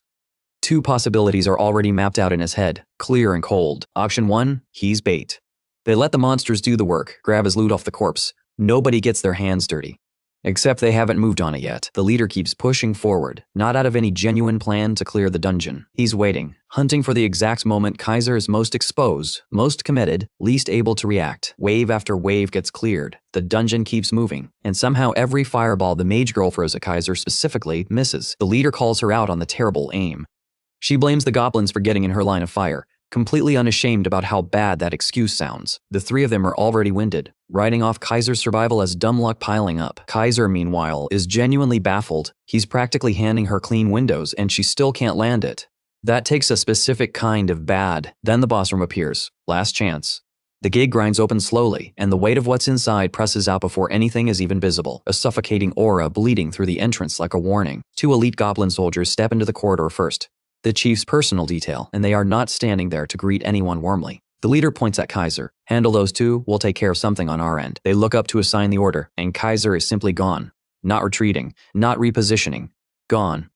The elite soldiers pivot toward the three of them instead. The tank spits out exactly what happened. The guy saw through the whole thing. The mage girl screams back at him to stop narrating and focus on the enemies about to flatten them. Both men dig in desperately, screaming at her to fire before the situation becomes unrecoverable. She starts the fireball cast, and a boulder the size of a small vehicle comes flying directly at her head. She throws herself sideways and barely avoids wearing it. What fruit stops her cold the moment she sees it? The goblin chief steps into the light, a massive, round, thunderous presence that fills the doorway completely, roaring with a kind of authority that rattles the floor tiles. The tank spins toward her. How long is she planning to stand there like a statue? She doesn't answer. The color has completely drained from her face. Then Kaiser reappears. He greets the group pleasantly and asks with genuine curiosity whether any of them happen to be close personal friends of Assassin Boy. Cornered and out of options, she drops the act and admits it, but pivots immediately into reason. Solo clearing a dungeon like this without a full party is basically impossible. Help them finish it first, then they can sort out their differences. Kaiser pauses, considers it, acknowledges out loud that she's completely correct. The tension in her shoulders drops just a fraction. She actually thinks that worked, right up until a 2-foot blade punches clean through her chest. The logical option, he makes clear, was never something he was interested in. While the other two are fully consumed by the elite soldiers, Kaiser's reward notification for eliminating an evildoer arrives quietly in the corner of his screen. The setup landed exactly as intended. The second those elite soldiers emerged, Kaiser used backstab on a nearby corpse. The assassin's skill collapses his presence entirely, vanishing him from perception without anyone clocking it. After that, he just waited. Let the chaos sort out their attention for him. The leader looks at the aftermath with pure disbelief. Voice rising. Does Kaiser understand what he just did? He can't seriously be planning to drag himself down along with them. Kaiser tells him to take a guess at the personal motto. The leader is not in the mood. Not even slightly. Kaiser pulls out a dagger recently acquired and lays it out simply. He doesn't work with people who stab from behind. Not his style. The leader's expression shifts the moment he recognizes it. That dagger belonged to Assassin Boy 69, and it's sitting in Kaiser's grip right now. Kaiser grins at the reaction. The recognition is satisfying all on its own. But underneath the shock, there's also confusion. A dagger in the hands of a great sword user makes about as much practical sense as handing a wrench to someone who's never seen plumbing. Then the leader fires back with the obvious problem. The mage is gone. The tank is occupied, and the goblin chief is right there. How exactly does he plan to solo a high-rank boss alone? The chief's physical resistance is one of the highest in the dungeon. That little dagger could swing all day and barely scratch the health bar. The math isn't there. Kaiser shrugs it off with a kind of calm that is somehow more unsettling than anger. The strategy is simple. Bleed damage isn't physical damage, and the boss's resistance doesn't cover it.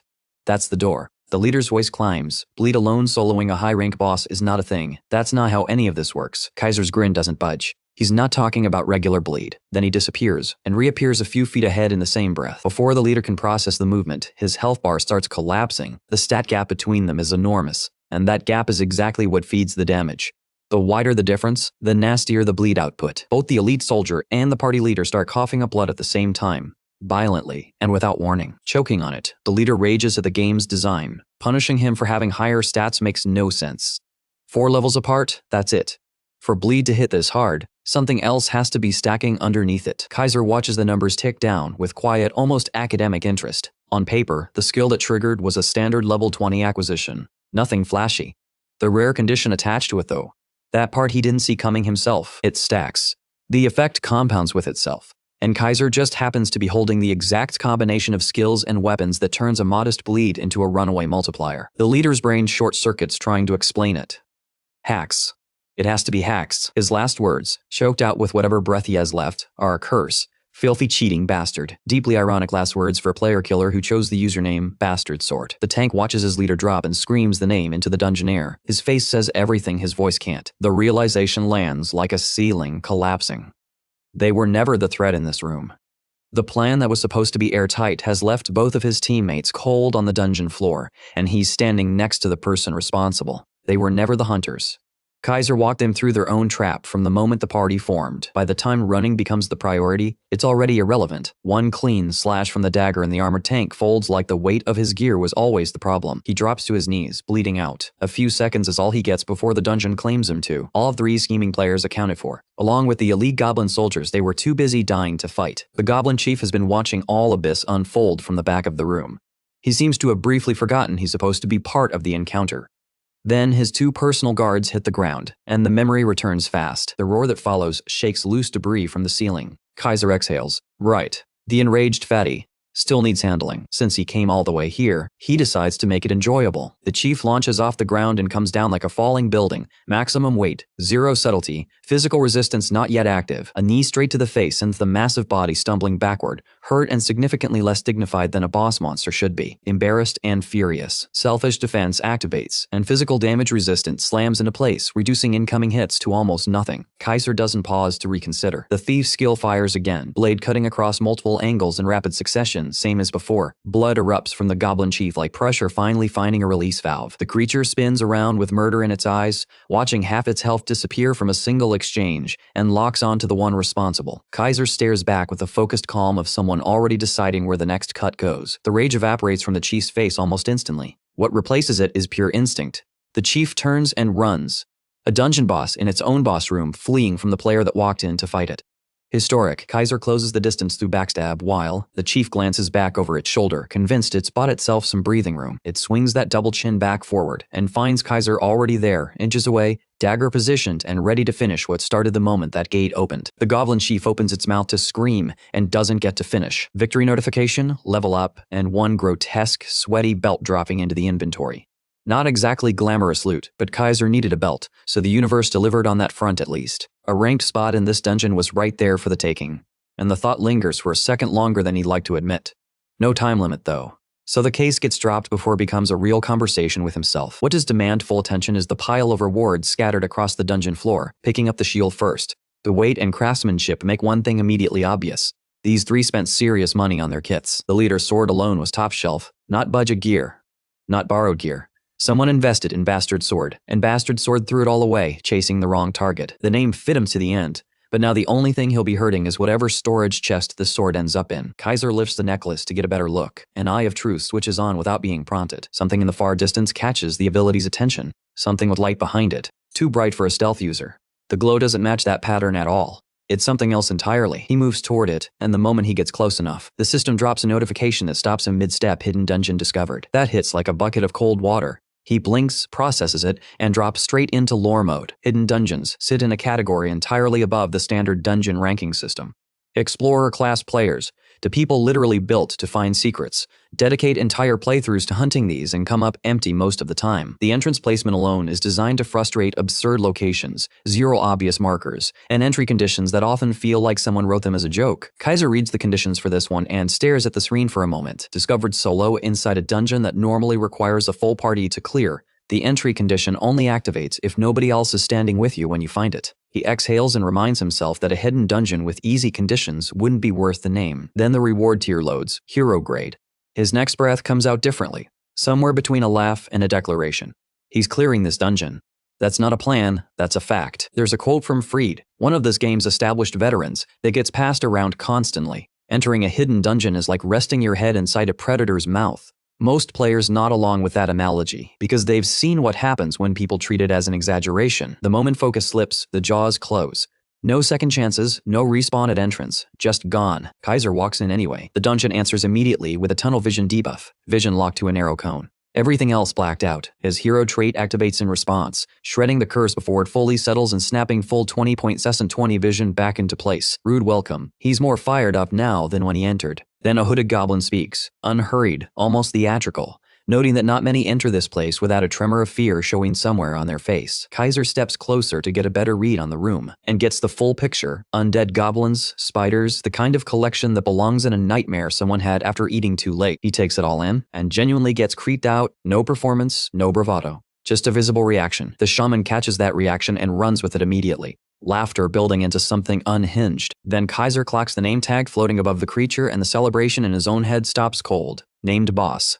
Not just a high-level dungeon encounter, a named boss, which is a different category of problem entirely. He thinks back to what the dragon dropped and starts doing mental math on what a named boss in a hero-grade hidden dungeon might reward.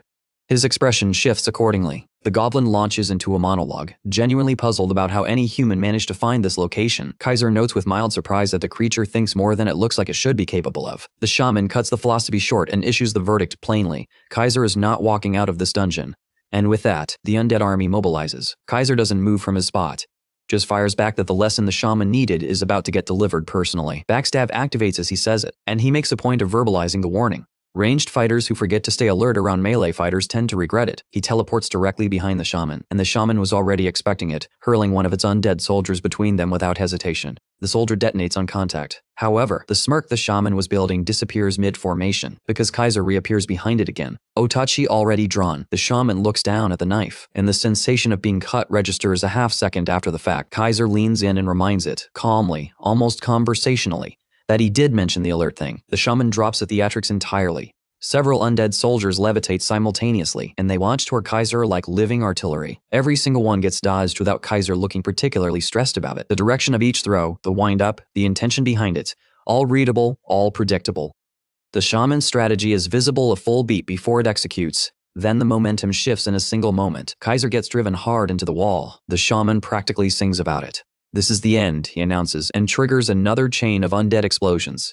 Then it clicks its tongue, visibly irritated about the collateral. Such a fascinating specimen, and now likely scattered across the dungeon floor. What a waste. It mutters blame at its own recklessness. Too much enthusiasm, too little precision. That critique dies in its throat the moment an arm wraps around it from behind. Because the specimen it was eulogizing is very much alive and very much annoyed.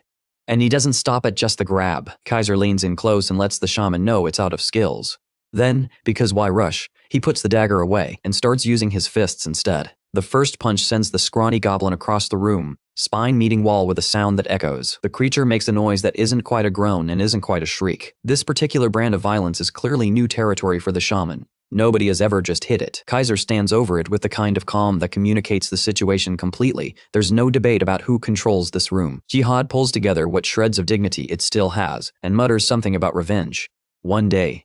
For this humiliation, Kaiser responds with a hup to the liver that removes the dignity it was clinging to. Then a short combination follows, until the shaman runs out of breath mid-punishment and actually requests a pause. Then, in what might be the most audacious moment of the entire dungeon, the shaman starts lecturing him. Bone-breaking violence is illegal, it says. What he's doing is morally wrong. Kaiser stares down at it, genuinely trying to work out what kind of developer wrote this boss's dialogue tree. This does not match what a hero-grade special dungeon boss is supposed to feel like. Aside from that corpse explosion earlier, the one that could erase top-tier explorers in a single hit, Jihad is reading significantly below expectation.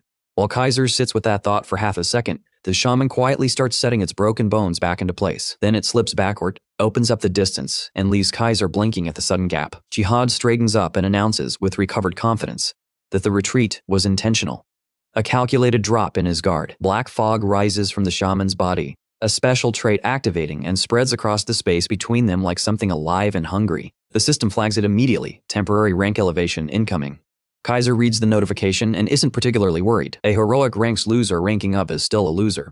That said, letting a transformation complete is a different calculation entirely, because heroic plus encounters are designed for full raid teams. That's not a threat to dismiss. He moves in before the fog finishes its work. Before any of this started, every available stat point got dumped directly into strength. All of it. Past 100, the warrior set already carries a damage bonus against goblin-type enemies on top of that. Jihad Black might have the durability of a named boss, but raw strength at this level doesn't negotiate with durability. The great sword comes down in one motion, and Jihad Black gets divided into two separate pieces. Hidden dungeon cleared. First explorer on record. The Adventurous Tome updates, and hero-grade rewards begin dropping into the inventory. Finally, loot that matches the effort. The Shaman's robe comes first, followed by an orb holding what appears to be its soul, preserved and sealed inside. Then one item sits apart from the rest, labeled Trace of a Forgotten Clan, no grade assigned, description deliberately vague, the same energy as those unidentified drops from Demrock, something that means more than it's currently showing. He sets that aside and reaches the final reward. On the surface, an unidentified monster card, which Kaiser assumes is either a stat modifier or some kind of enchantment. He opens it, and it unfolds into a heroic-grade Guardian card, the Goblin Shaman itself, available for summon, bound to the user's protection. The excitement that was building drops off a cliff. A Goblin Guardian. That's what hero-grade dropped. He'd mentally drafted something with scales, or claws, or at minimum, the kind of presence that makes enemies reconsider their choices. Like the Dragon and Tiger Guardians his former teammates used to flex. Instead, he got this. He decides to at least test it before forming a final opinion. The card activates, and instead of Jihad Black, what materializes is the collector's edition pocket version. Chibi. Soft. Blinking up at the world like it wasn't sure it agreed to this, it rotates its tiny head upward and finds the same human it spent the entire dungeon trying to kill. Except now that human is enormous relative to its current form and staring down at it with deep disappointment. Kaiser rubs his face with one hand. This thing is his guardian. The minimum the developers could have done was make it look like it belongs in a fight. Baby Black immediately drops to the floor and goes invisible out of sheer offense. The idea of serving a human is apparently beneath whatever dignity remains in that tiny body. A quick check of its traits doesn't help the case either. Bully, the weak, and opportunist are sitting right at the top of the list. And to top it all off, the Guardian comes preloaded with rock-bottom loyalty scores. The system doesn't sugarcoat it either. A dedicated warning pops up spelling it out. This tiny creature will absolutely sell Kaiser out the moment a viable opportunity shows up. Not might. Will. One look at Jihad's smug little expression confirms everything. This thing cannot be left to wander unsupervised under any circumstances. Kaiser starts walking toward it slowly and deliberately. The miniature shaman watches the approach, puffs up whatever dignity it has left, and demands to know what a filthy human thinks it's doing approaching someone of his obvious greatness. Kaiser just blinks at it. The audacity of the ugliest Pokemon in existence calling its own master filthy is honestly something worth taking a second to admire. Jihad registers the silence, reads the room, and goes very quiet very quickly. Kaiser decides the goblin needs an immediate and thorough education on the concept of hierarchy. What follows is a very personal, very hands-on lesson in what the word master actually means when it comes out of Kaiser's mouth. The sounds that echo through the cave over the next few minutes are crisp and instructive. And with each round of correction, Jihad's loyalty meter inches upward. Slow progress, but progress. Eventually, after a gaming session that stretched well past any reasonable boundary, Kaiser resurfaces from his room into the actual world. One glance at the window, the sun is already setting and his stomach is making its displeasure known loudly. Standard gamer protocol, head downstairs, find Mom, ask about food. Except Mom isn't there. His sister is, though, fully reclined on the couch, working through the last bag of chips like she owns the place. The urge to call her out rises and fades just as fast. As a fellow person with no social life, he picks peace. He drops onto the couch beside her and asks what she's watching. The answer nearly makes him choke. She plays Gus, too. Not only that, she's already sitting at level 71, because apparently the game is trendy enough now that everyone has an account. Do-Hyun's brain stalls out completely. Level 71 means she's been at this for a while. A long while, except not really. She hit that number in 6 months because someone carried her through basically the entire thing. Still, the number is the number. He asks, genuinely curious now, whether reaching level 70 legitimately actually takes that long. She doesn't even look up from the chips before firing back. Progress tends to drag when you occasionally leave the gaming pod and interact with the outside world. Unlike some people, Do-Hyun sits with that for a moment, genuinely unable to decide if it landed as an insult or something he should feel okay about. The live stream on the TV cuts to a news segment. The Hero Guild, front and center. His sister perks up immediately. #1 guild among her age group, she says, competitive with Milesal in pure popularity. That doesn't compute at all. The Hero Guild doesn't touch the top 10 leaderboards. The achievement record is basically non-existent. Then the guildmaster appears on screen, and the popularity question answers itself. His sister explains, with the energy of someone who has already had this conversation many times, that rankings have nothing to do with it. The guys are just really hot. Guildmaster Verza gets a full endorsement. This is, she concludes, the definitive guild for girls. Do-Hyun squints at the screen and examines this objectively. Standard K-pop e-boy presentation.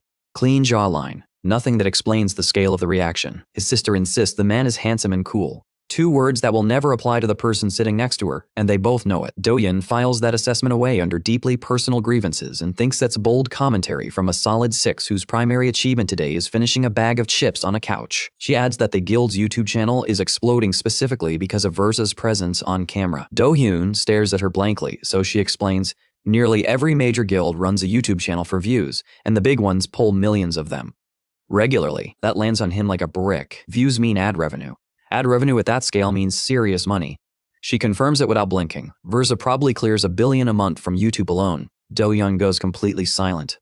Somewhere in his head, a very specific calculation about KFC family buckets begins running on its own. Thoroughly defeated by a pretty boy with a camera, he retreats back to his room and logs in. Reality can wait. This time, he sets up a recording. Because if clips are going to happen, he needs to be ready to capture them. Jihad comes back online too, greeting his master with a chipper good morning and what appears to be genuine enthusiasm. Do-Yun's stare alone reminds the little goblin exactly what happened the last time proper honorifics got skipped, and the message lands without a single word needing to be said. Jihad starts sweating visibly, which is impressive for a creature this size. Do-Yun decides to extend some mercy. He tosses the robe over to the shaman. It needs something to wear. Wearing it himself isn't currently an option anyway, so the math works out. Instead of even a basic thank you, Jihad's loyalty ticks down and his tiny brain immediately starts drafting escape plans. A brief, pointed reminder of recent events recalibrates the shaman's gratitude completely. Proper appreciation follows. Jihad then asks what the agenda looks like. Kaiser lays it out simply. A lot needs to get done. They move deeper into the lair, where Kaiser works to every goblin in the area without ceremony. Jihad watches and experiences something he clearly wasn't expecting. Something approaching sympathy for the goblins. With the cleanup finished, Kaiser turns to the shaman and issues a new instruction. Drop everything he's carrying and resurrect whatever can be brought back from the slaughter. Jihad dumps his items without argument and begins casting with an expression way too intense and serious for his ridiculous little face. 2 more casts after that, and the shaman confirms it. This is the current limit of his undead army. The ceiling is low for now, but the concept itself is more useful than Kaiser had accounted for. An undead labor force attached to the shaman changes the calculus significantly. Jihad doesn't wait to be asked before immediately starting to delegate, ordering his freshly resurrected subjects around with the confidence of someone who forgot who's actually in charge here. Kaiser asks what exactly is going on. Jihad explains it cheerfully. The undead can handle loot carrying. No need for the master to bother with that. The instant promotion of corpses to personal assistants without so much as a heads up is the kind of initiative that gets on Kaiser's nerves specifically because it makes sense. He shifts focus and tells Jihad that elite monsters are the next target once the shaman hits level 2. Jihad drops a casual mention that he already knows exactly where the elites tend to gather. Apparently they're not exactly a mobile operation, camping in one general location most of the time. Comfortable and unaware, Kaiser's expression shifts into a wide grin because a genuinely excellent idea just assembled itself in his head. Elite mobs, stationary, grouped up. The setup practically writes itself. With Jihad navigating, they move through the woods until the hunting ground comes into view. A camp of creatures, goblin adjacent, but more upright, more humanoid, more dangerous looking. Jihad glances up and confirms it. This is what they were looking for. A deranged smile spreads across Kaiser's face as he surveys the camp. The discovery triggers a quest notification on the spot. Clearing it would net 100 gold, skill experience, and 1 intermediate skill draw ticket. A gotcha ticket is involved, which means Kaiser will burn the entire 48-hour time limit down to ash before he lets this slip away. Without burning a single second, he charges straight into the camp and announces his presence to every elite mob in the vicinity simultaneously. Stealth is a waste of time here. Full send, no ceiling. To their credit, the elite mobs don't freeze up. Weapons come up fast and the response is immediate. Kaiser sidesteps the first strike with timing that makes it look rehearsed. Using the redirected momentum, he rotates and comes in from above. Great sword still sheathed, not even drawn. His knee connects with the mob's face at full rotational force. Teeth scatter. The nose loses whatever shape it had before. The mob's face is no longer a face that anyone would describe positively. Kaiser doesn't look back. He's already turning toward the rest of the camp. The dagger slides out of inventory in one smooth motion, and Vital Thrust fires 3 times in rapid succession. 3 different targets, 3 sets of vitals opened up. The hits that don't finish the job immediately plant a bleeding status that starts doing the work on its own. In the span of a few seconds, an entire elite mob camp gets reduced to 1 survivor, standing alone and increasingly aware of how badly this is going. That last mob swings full force. Kaiser catches it with a dagger. The monster blinks, genuinely confused that a blade a fraction of its size just absorbed a full power strike. The confusion creates exactly the gap Kaiser needed. A kick straight to the stomach, all the air in the mob's lungs leaving on impact. Gasping and wide open, the mob gets one final sight to process. The red great sword drawn fully, raised to its absolute limit as the creature squeezes out one last roar. The sword comes down and that's the end of it. Clean, no resistance. Start to finish. A few seconds to paint the camp red and close the chapter. Jihad had watched every single moment from a safe distance as his deeply unhinged master dismantled an entire elite mob troop without absorbing a meaningful hit. The Western Forest already taught him what this man was capable of. But watching it again, up close, with fresh eyes, Jihad lands on the only description that actually fits. Human isn't the right word for this. Demon is closer. Devil incarnate might be the most accurate thing he's ever thought. Kaiser drove his blade into the ground and let his awareness spread outward. Past the bodies, past the blood, past the tree line. With the warrior-type mobs cleared out, the next visitor was already overdue. Right on schedule, the hidden field boss materializes. Goblin Great Warrior Korok comes tearing out of the tree line at full sprint. The original quest doesn't just update, it chains directly into an elevated version, locked specifically to the Great Warrior. Koruk isn't just a field boss. Named Elite, Body Enhancement, Active, Berserker skill in the kit. The full package of things that send normal players running in the opposite direction. Normal players anyway. Kaiser looks at the charging monstrosity and sees a loot bag with legs. He tightens his grip on the great sword and charges forward, cutting the distance between them fast, meeting the hidden field boss somewhere in the middle before it picks up full momentum. Jihad opens his mouth to flag the obvious problem. Soloing a field boss at this caliber is a different kind of stupid, and Kaiser doesn't even glance back. The Ice War Axe Korok is swinging, carries a built-in weapon breaker. The moment it contacts any blade directly, that blade loses the argument. Permanently, Kaiser files that detail instantly. Direct clash, off the table entirely. What follows instead is a display of sword control that has no business looking as clean as it does. Korok expected the first exchange to end it.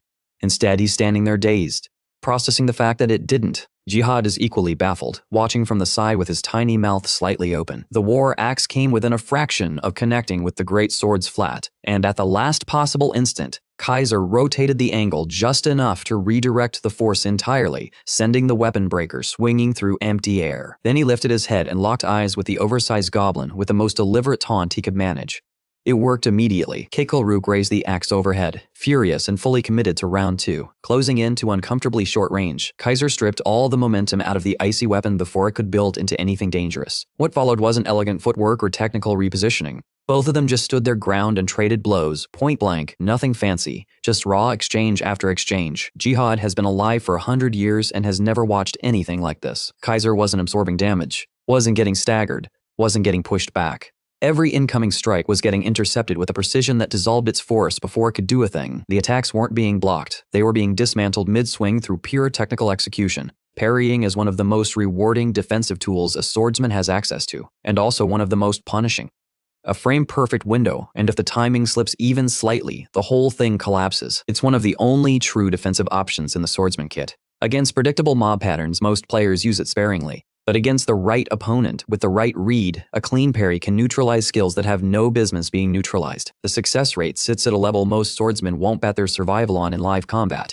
Almost nobody takes it into a real fight. Kaiser pulled it out of a low-tier gacha draw and clearly never stopped practicing with it. Korok loaded up another one of his signature swings, the kind that rewrites the terrain when it lands. Kaiser let it meet the dirt instead, and was already behind him before the impact registered. By the time Kaiser's senses caught up to the movement, Kaiser was already wearing the expression of someone who knew exactly how this was ending. Jihad watched his master work through a boss that was designed to require a coordinated multiplayer hunt. And the closing move landed like punctuation. A full crescent swing, maximum extension, clean decapitation. Hidden field boss, Goblin Great Warrior Korok, eliminated. The trial of the Great Warrior closes, gets logged, and takes its permanent place in Kaiser's adventure record. 200 gold, a substantial experience payout, and 2 intermediate skill draw tickets drop into the inventory. The gold and the experience don't even get a second glance.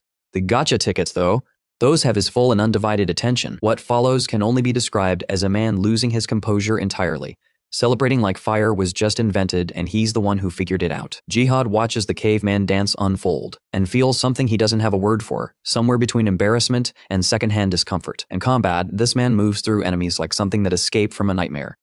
Efficient, cold, absolute. The second a gacha ticket appears, that same person turns into the most visually undignified human being alive. Such is the life cycle of someone with a gambling dependency wrapped in a skill system. The use button gets clicked before the tickets even finish loading properly. Dopamine arrives immediately, and the spread of possible skills opens up across the screen like a buffet. First card, Ascending Dragon Kick, a rare martial arts skill. Second card, Striking, a rare pull from the buffer class. That second one stops Kaiser cold. Striking is a cornerstone buffer skill. 40 seconds of effect, 40-second cooldown, giving it perfect 100% uptime on a flat plus 40 physical attack bonus. In practical terms, it takes a standard, same-level sword and makes it hit like a great sword, with none of the trade-offs that usually come with that kind of damage output. Kaiser stares at the screen in silence for a moment.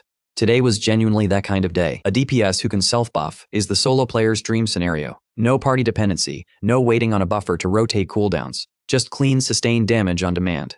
Ascending Dragon Kick sitting on top of that was the bonus he didn't even ask for.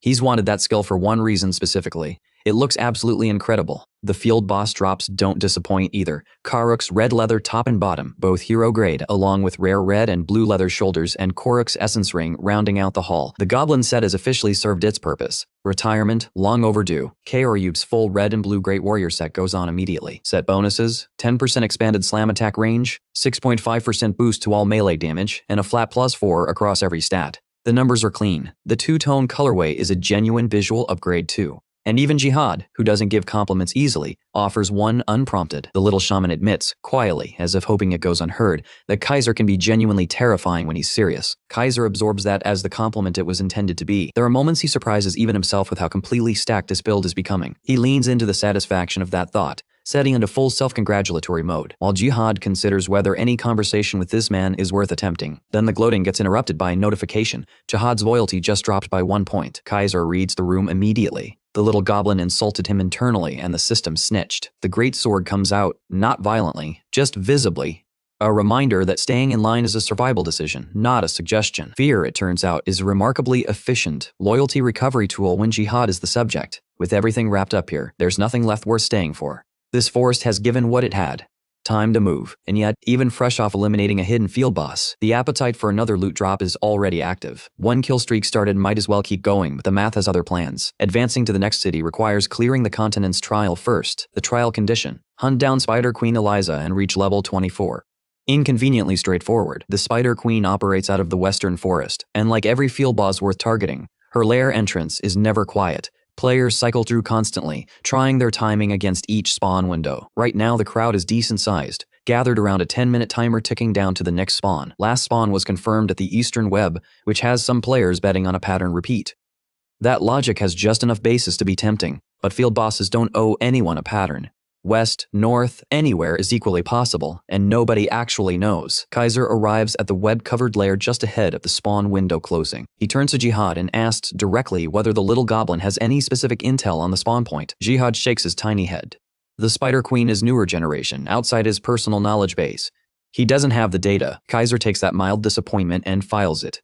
He assumed the shaman had the forest memorized completely. For once, he's in the exact same guessing game as every other player standing around that entrance. Though, if the spawn comes up in the wrong spot, backstab covers the gap regardless.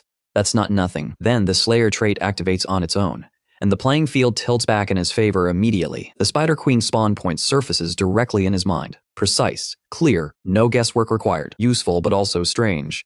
As far as his records show, he hasn't built a Slayer title against Spider-type enemies specifically. The question forms fast: does Slayer apply to boss-type enemies regardless of monster classification? If it activates on any boss, that trait isn't just good. It's broken in a way that needs further investigation. That test gets added to the list for later. Right now, there's a field boss about to materialize, and his current build is practically engineered to monopolize these encounters before anyone else can position. The 10-minute timer expires, and Kaiser is already gone, leaving every other player at that entrance trying to figure out which direction he went. Backstab deposits him directly behind Spider Queen Eliza inside the dark underground cave. No other players anywhere nearby. The space is entirely his. The Slayer trait and backstab running in combination is the kind of advantage that shouldn't be this consistent. Jihad materializes alongside him, still processing the latest trick added to the collection. Then the Spider Queen fully comes into view, and Kaiser pauses for a second. The scale of her is bigger than the description suggested. She roars her own name into the cave like a declaration and launches at the lone player who had the nerve to appear behind her. Kaiser reads the charge, dashes backward to create working distance, and once the gap is wide enough, Fires off back, stab disappearing cleanly from her field of vision. The Spider Queen starts turning to cover her flank, a half second too late. As it happens, Kaiser just found himself the ideal target to break in his ascending dragon kick on, and the Spider Queen has no idea what that means for her yet. The warrior set's bonus damage kicked in behind that kick, stacking on top of everything else already in motion. 6% extra on top of an already stupid number, and beyond the math, he was right about one thing. It looked absolutely incredible. The damage that connected with Eliza's face had no business existing at this stage of the game. Every single one of her eyes registered the impact in real time. And somewhere out there, a Lee Sin player is nodding in deep spiritual recognition. That one kick landed with the force of a fully charged ultimate skill. From a kick, the Spider Queen went airborne and then didn't face first into the cave floor, the impact sending a tremor through the entire tunnel system. Kaiser didn't give her a single second to process it. The dagger came out and he was already closing the distance before she stopped sliding. Eliza had absorbed enough in that opening exchange to make standing up a genuine problem. Mobility gone, recovery options gone. She held her position while Kaiser methodically carved through her like someone who had already decided this outcome before he walked in. No kill notification means no stopping. He ramped the pace up rather than pulling back. Striking activates and the physical attack boost that follows is immediate and obscene. The air around him shifts. Heavier, more pressurized. The kind of presence that changes the energy of the room it occupies. Whatever rage Eliza came into this fight with dissolved completely, replaced by something she clearly wasn't expecting to feel against a single player, genuine fear, and the recognition of something rising in him that she couldn't quantify. Ascending dragon kick loads again, and this time the dragon construct that materializes is larger, sharper, more furious than the first. His foot connects with her head with a kind of force that doesn't leave a lot of room for the brain to continue its previous activities. Eliza's body gives up its dignity entirely. Bile, stumbling, the complete and visible evaporation of any survival scenario she was still running through. The impact travels through the floor and up through the cave's entire structural system. Jihad, watching from behind a rock at a very intentional distance, takes a quiet moment to feel something like sympathy for every monster his master has crossed paths with today. Eliza's barely functional at this point. What's left of her composure goes into looking up at Kaiser with something that could generously be called a plea. She keeps saying the same name on repeat. Eliza, Eliza, Eliza. And the broken record repetition has officially started getting on his nerves. The fight is effectively over, which means the weapons get put away. If there's still health left to chip through, he'll do it the old-fashioned way. Jihad listens to the rhythm of bare fists against monster flesh echoing through the cave and feels something activate deep in his own memory that he would very much prefer not to feel. He is not unfamiliar with those hands. The punches fire in rapid succession, dozens per second, each one chewing through the remaining health bar with ruthless consistency. Eliza keeps repeating the name, over and over. Something in that repetition snags in Jihad's memory. That name. He's heard it before. He bolts from behind the rock and runs onto the battlefield, voice cracking as he begs his master to stop. Eliza is getting processed by Kaiser's fists, and Jihad is throwing himself into the situation, desperation all over his tiny face, pleading for a pause. Kaiser isn't built to be completely unreasonable. He reads his goblin's urgency, steps back, and gives the space being asked for. Jihad rushes to Eliza's side, eyes wet, calling to her and asking her to open her eyes. She's running on almost nothing. Barely enough left in the tank to focus on the small figure standing over her, let alone recognize who it is. Jihad pulls back his hood and reveals the bald head underneath. The one feature that apparently functions as his identification. Recognition hits Eliza like a second impact, and what replaces the pain on her face is relief so overwhelming it produces tears. These two have history. 150 years of it. Back then, Eliza was a spiderling. Tiny, harmless, with a habit of repeating her own name. Liza. Over and over like a nervous tick. Jihad had never encountered a spider species that matched her description before. Something about her was different enough to hold his attention. He made an offer, casually, on a whim. Come along? She said yes without hesitation. For years after that, she was present through every night of study and every experiment Jihad threw himself into. He appreciated the company. He also thought her name was a little plain, so he added a letter to the front. Liza became Eliza. She received that new name like a gift. Pronouncing the full version gave her trouble at first, but Jihad kept calling her by it anyway, and eventually it stuck. Then came the day he had to leave. The destination was dangerous enough for him, let alone for a small spider who hadn't grown into anything yet. He promised her it would be quick. He'd be back before she had time to miss him. She waited. Sunrise after sunrise, moon cycle after moon cycle. She stayed exactly where he left her and waited for a return that kept not coming. A decade passed. She was still there. A century passed after that. She was still there, still repeating the name he gave her so she'd never lose the memory of who gave it to her. The structure she'd called home eventually couldn't hold itself together anymore. It collapsed, and with nowhere left to anchor to, Eliza migrated toward the western forest, toward the place where she first met him. She kept repeating the name the entire way. 150 years of keeping one name alive so the memory of one friend wouldn't fade. 150 years later, standing in a cave with fresh injuries and barely any health remaining, Jihad and Eliza are in the same place at the same time again. She's enormous now, and he fits in her shadow. The feelings, though, didn't change size at all. Kaiser listened to every word of that backstory and arrived at one clean conclusion. Jihad abandoned her for 150 years, and that makes him a piece of garbage, lore notwithstanding. The bald goblin glances up at his master briefly, then goes back to crying over the friend he left behind for a century and a half. Which, in fairness, earns the question, where exactly was Jihad during all of this? 1 year would be notable. 150 years is a completely different category of absence. Jihad genuinely cannot answer that. Not because he won't, because whatever the reason is, it sits outside what he's currently able to share. Kaiser does not find that satisfying. All Jihad can do is apologize for the wall and ask for patience on something he can't explain yet. The sincerity in it is real enough that Kaiser doesn't push further. For now, the emotional weight of the backstory aside, a practical problem is still sitting on the table. The graduation quest requires Eliza's elimination. There's no routing around a mandatory mission without stalling everything that comes after, and stalling isn't in the vocabulary. Then it turns out, Eliza may have already worked out a solution. She communicates it to Jihad directly in monster tongue, animated and specific about whatever she's proposing. Jihad hears it out and immediately wants no part of it. Kaiser wants to know what just got proposed. Jihad translates with visible reluctance. The Spider Queen's suggestion is simple and direct. The human should just stab her.